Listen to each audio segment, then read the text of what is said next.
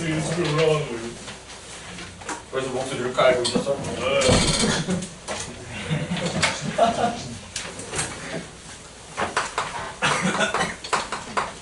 항상성이라는 거는 외부 환경 변화에 대응하여. 야 씨발 진짜 생물 씨발 나밖에 없지? 어? 몇 시간째 수업이야 지금? 너희들의 인생을 위해서 내 모든 정력을 너희들에게 쏟았다. 장어 좀 많이 먹고 오세요. 사실 남아있는 것도 얼마이지 없다. 자, 외부 환경 변화에 대응하여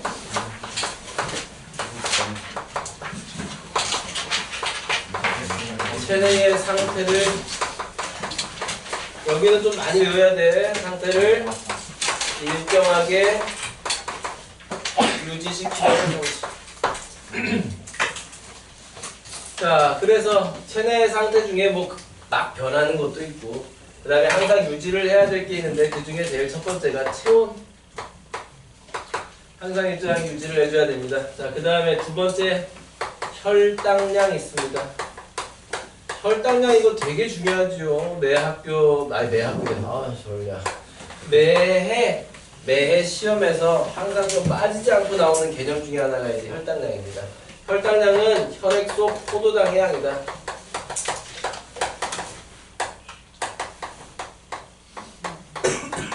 그래서 이게 뭐 할 거냐?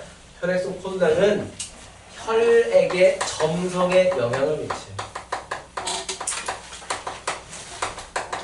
혈액의 점성은 결국 꼭 바로 혈류 속도에 영향을 미치게 됩니다. 혈류 속도가 느려지게 되면 몸에 여러 가지 문제가 생기게 되어 맞지요? 그래서 나타나는 가장 대표적인 질병이 뭡니까? 당이 너무 많아졌어. 당뇨가 돼요. 당뇨. 자, 그 다음 세 번째, 뭐냐? 체액의 농도. 수분량 조절이 있습니다. 일단은 너네들이 뭐 다른 항상성 말고는 얘네들을 좀, 얘네 셋만 잘 봐도 돼. 얘네 셋만. 그럼 이런 항상성을 조절하기 위한 기본 원리가 어떻게 되느냐? 이거 너네 안 까먹고 있죠? 기본 원리를 우리가 피드백이라고 합니다. 맞지? 피드백이라고 하는 건 원인과 결과의 상호작용으로서 두 가지가 있어요. 피드백은 양성 피드백과 음성 피드백 두 가지가 있습니다. 내가 예전에 예를 들었을 때 양성을 가지고 아마 예를 들었을 거예요. 맞죠? 기억 대충 나죠? 자, 간단하게 우리 실생활에다가 바로 적용을 시켜볼게요. 자, 진동수가 증가하면은, 흔드는 횟수가 증가하면은 기분이 어떻게 됩니까?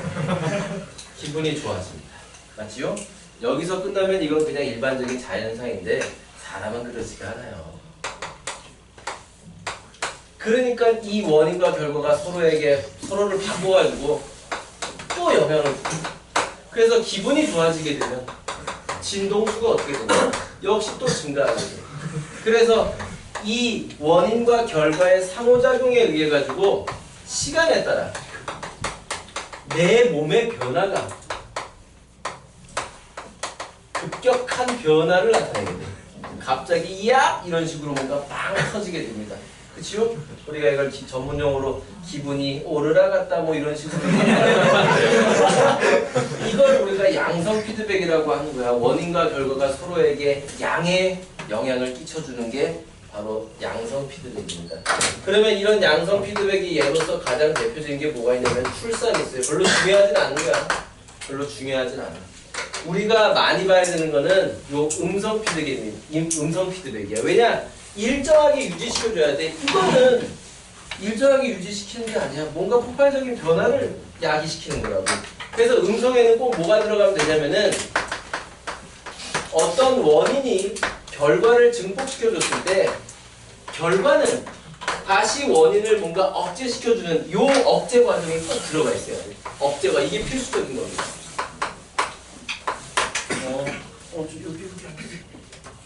여기 친구를 위해 자리를 또 비워주세요. 억제 과정이 꼭 필요합니다. 억제 과정. 그래서 촉진과 억제의 과정이 반복이 되면은 시간에 따른 내 몸의 변화가 어떻게 되느냐? 오르라 갔다 내리라 갔다 이런 식으로 왔다리 갔다리 하게 돼. 이걸 시간을 좀 더 길게 보게 되면은 일정하게 유지되고 있는 것처럼 보이게 돼요. 맞죠? 요걸 음성 피드백이라고 이제 얘기를 합니다. 무슨 말인지 알겠어요? 알겠지? 자, 그러면 이런 항상성을 조절하기 위해 가지고 여러 가지 명령 체계가 있단 말이야, 우리 몸에. 그 명령 체계 중에 몇 번이 되겠냐? 몰라, 씨. N번. 몇 번인지 몰라. 자, 우리 몸의 명령 체계.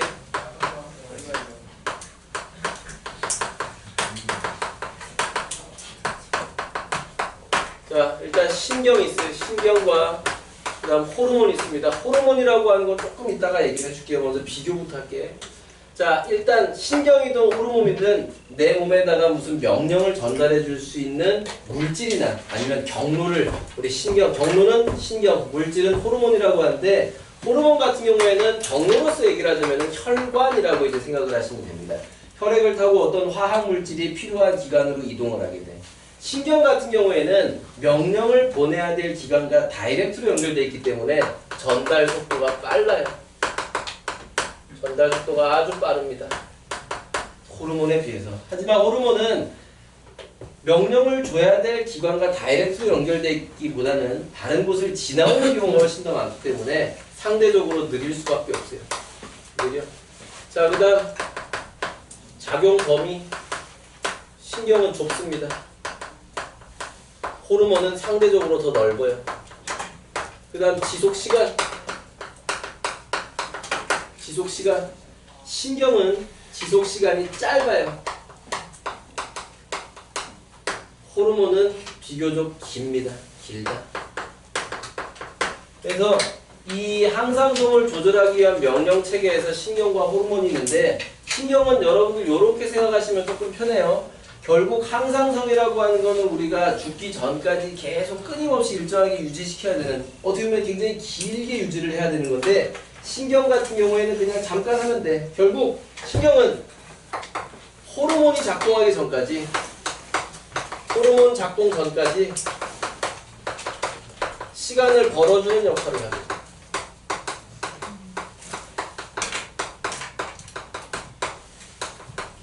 이따가 체온 유지 과정에서 요거를 명확하게 판단할 수 있을 겁니다. 별로 어려운 거 없죠?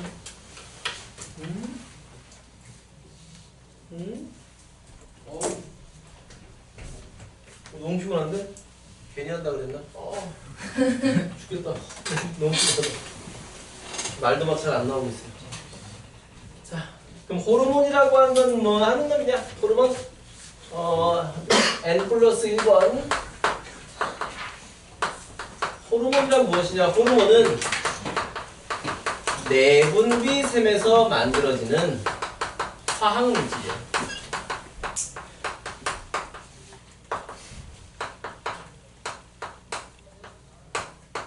그럼 내분비샘이라고 하는 건 뭐냐? 요 앞에 한 단어가 숨겨져 있어요. 혈관 내로 뭔가를 분비하겠다라는 뜻이야. 세포가 뭔가를 만들어내가지고 분비하겠다는 뜻이고, 샘이라고 하는 거는 그런 세포들의 모임을 샘이라고 합니다. 결국 내분비샘은 세포가 이렇게 있어요. 이렇게 안녕 세포가 이렇게 있어요. 이 주변에 항상 뭐가 있어야 되냐면 혈관이 지나가고 있어야 돼. 이런 식으로 혈관이 항상 이런 식으로 지나가고 있어야 됩니다. 그래서 얘네들이 만들어낸 물질은 딴 데로 가는 게 아니라 무조건 요 혈관 안으로 쏙쏙쏙쏙 들어가가지고 이동을 하게 돼. 혈액을 타고 이동하게 돼.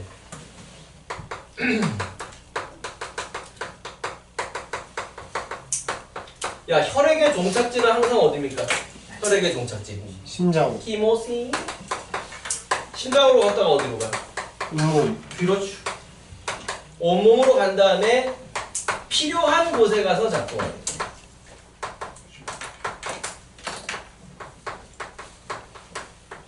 필요한 곳에서 작동하게 됩니다. 근데 이 호르몬도 이제 두 가지 타입이 있어요. 호르몬 두 가지 타입이 있는데 일단 단백질 계열 호르몬.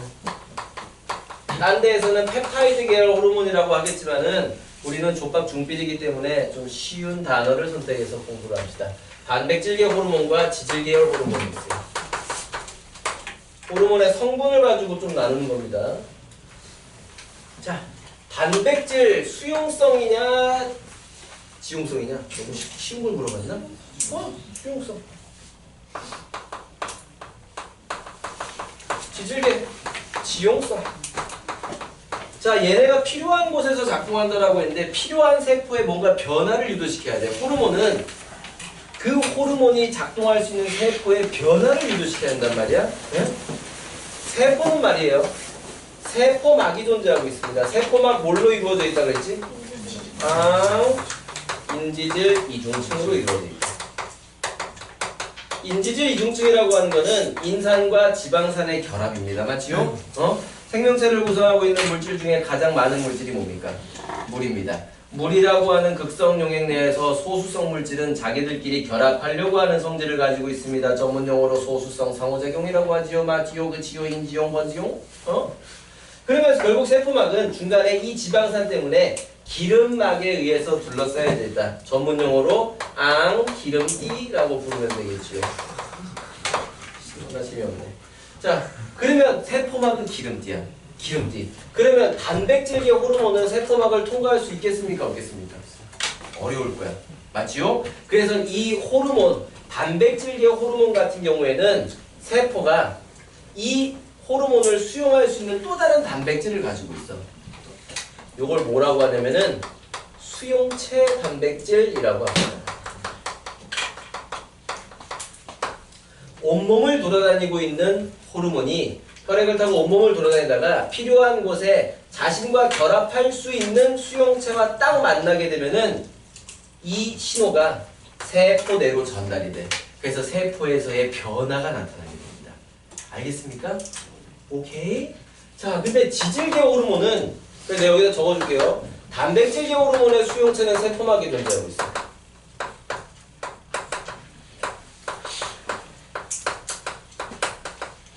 지질 계열 호르몬은 기름띠를 통과할 수 있습니까? 없습니까? 당연히 통과하기가 얘보다는 좀 더 수월하겠죠? 그치? 그럼 만약에 지질 계열 호르몬의 수용체가 밖에 있으면은 그리고 지질 계열은 지들끼리 뭉치려고 하는 경향이 많다 그랬죠? 맞지? 그래서 얘를 피해가지고 오히려 다른 쪽으로 이렇게 다른 쪽 요 지방산 쪽으로 쏙 들어가게 될 수가 있단 말이야. 얘랑 만나지 않고 다른 지역으로 이렇게 쏙 들어갈 수도 있어요. 그럼 밖에 있는 것보다 어디에 있는 게 훨씬 더 만날 확률이 높겠느냐? 지질 계열은 수용체가 세포질에 존재하고 있어요. 그래야지만 만나게 될 확률이 훨씬 더 증가하게 됩니다. 그래서 이 지질 계열 호르몬의 수용체는 세포 내에 존재하고 있어가지고 호르몬과 결합하게 되면은 이 수용체가 핵 안으로 그 호르몬을 안으로 유인하게 돼.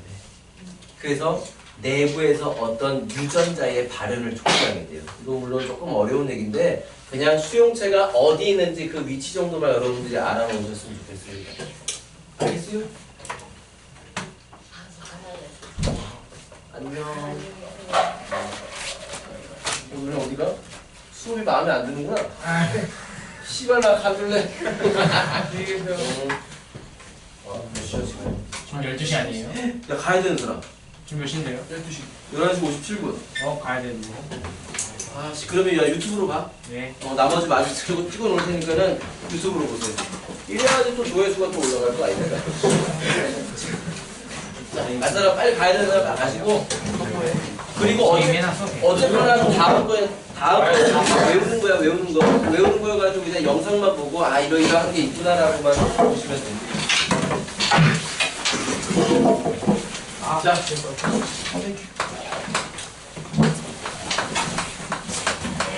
그래서 이런 놈들이 이제 호르몬이라고 얘기한다.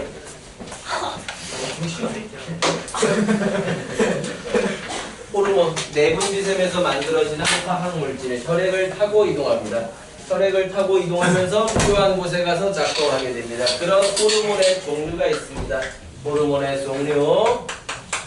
자, 일단 간내라고 하는 중추신경이 있어요. 앞으로 항상성 조절할 때 굉장히 많이 나오게 될 놈인데 얘가 항상성 조절의 중추야. 절대 까먹으면 안 됩니다.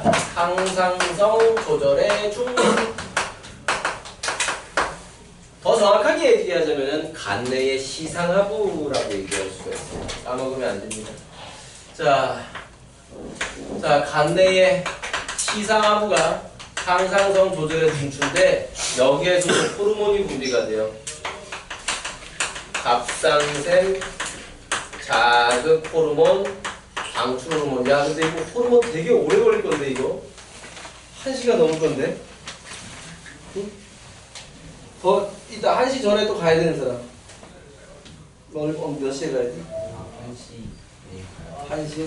그 전에 끝나겠다. 집에서 들어도 돼요? 집에서 들어오는데 피곤하면은 너네 다 나가도 나 혼자서 앞에 아무도 없어서 나 혼자서 찍고 있을 테니까 집에 가서 보시면. 자, 그 다음에 야, 필요한 것만 쓸게.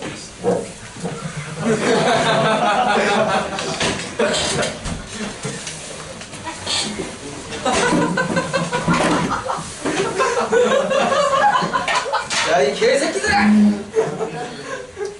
안녕히 계세요. 시간 때문이지? 좀 안녕히 계세요. 또 저기 키려고 한마디 하세요. 자, 갑상샘 자극으로 방출로 필요한 것만 합시다. 필요한 것만. 물론 이제 다른 것도 있어요. 자, 그 다음에 이제 들어도 돼. 좋아. 야, 이게 너무 수업이 너무 풀이한 것 같지 않아? 하다가 나가고 무슨 얘기 화장실도 아니고 그냥 선생님 오줌 마려워요. 그러면 들어와서 오줌 싸고 갈래요. 뭐 이런 수업도 있어야지. 자, 시상하고자 그 다음에 내하수체 있습니다. 내하수체. 일단은 먼저 필요한 것만 좀 얘기할게요. 필요한 거. 내하수체 여기에는 또 내하수체 전엽하고 그 다음에 후엽이 있어요. 전엽에 갑상샘 자극 호르몬이 있습니다. 아니 선생님 씨발놈아 얘랑 걔랑 뭔 차이냐 이 개새끼야 라고 생각할 수가 있는데 얘가 나오기 위해서는 얘의 허락이 필요해요. 오케이? 얘가 집 밖으로 나오려면은 부모님의 허락이 필요합니다. 알겠어요? 자, 그 다음에 이제 뭐 부신거질 자극 호르몬, 그 다음 뭐 성장 호르몬, 그 다음에 여포 자극 호르몬, 황체 형성 호르몬, 그 다음에 저분비 촉진 호르몬 여러 가지 있는데 일단 지금 기본적인 거 필요한 것만 조금 할게요. 필요한 거. 갑상샘 자극 호르몬. 자, 그 다음 후엽에 항인형 호르몬. 지금 써주는 게 다가 아니야. 호르몬 겁나 많아요. 겁나 많지만은 지금 써주는 건 무조건 외워야 되는 겁니다. 중학생이라면은 특히 영재학교 준비하는 친구들이라면 누구나 다 알고 있어야 되는 가장 기본적인 호르몬일 수가 있어요. 자, 항인형 호르몬 줄여가지고 약자로 뭐라고 합니까? 그렇지요. 아주 큰 소리로 잘 대답했습니다. ADH. 갑상샘 자극 호르몬은 줄여가지고 TSH라고 합니다. 갑상샘 자극 호르몬 방출 호르몬은 줄여가지고 TRH라고 합니다. 약자로 외우든 풀어서 외우든 여러분들 골리는 대로 외우세요. 갑상샘. 이거 오늘 배웠던 거지. 아이오딘을 가지고 얘를 만들어냅니다. 그렇죠. 이거 티록신입니다. 됐습니다. 자, 그 다음에 부신 겉질도 있고 속질도 있는데 겉질은 내가 나온다 그랬나 안 나온다 그랬나? 안 나온다 그랬어. 만약에 나온다 그러면 내가 뭐 하겠다 그랬습니까? 우리 증거 하나 남겨놓읍시다. 만약에 여기 있는 게 아무런 사전 지식 없이 영재학교 시험 문제 나오면 빨가벗고 대치동 사거리에서 백덤블링을 한다 그랬어요. 맞죠? 그러면 아주 기가 막힌 진동이 형성이 될 것입니다. 자, 속질에서는 뭐 나온다? 아드레날린 나온다. 뭐 이런 거 알고 있으면 돼요. 절대 특히 호르몬 파트가 관련돼서는 웬만하면 선행지식 문제 나오지 않습니다. 자, 그 다음에 이거 우리 아들도 알고 있는 거, 유치원생들도 알고 있는 이자의 알파 세포에서 뭐 나온다? 글루카곤 나온다. 베타에서 인슐린 나옵니다. 요거 1부, 2부로 좀 나눠가지고 올려야겠다. 1부, 2부로. 그래서 호르몬 설명까지 한번 쫙 하고 그 다음에 항상성 조절 과정 2부로 할게요. 그게 너네도 보기가 좀 편하겠지. 아, 그렇지? 아, 이 전략 기가 막히네. 쌤 근데 닥쳐. 자, 알아서 뭐 왔다 갔다 하는 것도 지금 유튜브 올리는 거예요? 그래 이 새끼들아. 근데 뭐 내가 왔다 갔다 하니까 나도 유명해지겠네 라는 생각 절대 하면 안 돼요. 왜냐면 지금 내 구독자가 지금 61명밖에 안 돼. 늘었네요? 어? 늘었네요? 그러니까 갑자기. 기적이야. 근데 갑자기 확 늘었어. 갑자기. 원래 며칠 전까지 그냥 20몇 명으로 계속 아이고 그래 20명도 감사하다 했는데 갑자기 하루 딱 지나니까 60명이 되었어. 왜냐면 내가 페이스북에 올렸거든. 안 했자. 저도 올려드릴까요? 자 됐어 닥쳐. 자 그다음 문자 있고요. 자 그다음에 이제 정소하고 난소 있습니다. 이거는 이제 나중에 우리 뭐 항체 형성 호르몬하고 그다음에 여포자극 호르몬 같이 공부하면 좋겠지만 뭐 여기 다 알고 있는 거니까 이거는 딴 거는 까먹어도 이건 절대 안 까먹지 않습니까? 테스토스테론. 이건 가정 시간 때 배우. 가정 시간 때도 배우는 겁니다. 에스트로겐, 트로시안 아니에요? 제니나 겐이나 맥도날드나 마크도나르드나 발음하기 차이나 철자는 똑같아. 그다음 프로게스테론. 일단 기본적으로 얘네들은 다 외우고 있어야 돼. 무조건. 알겠지요?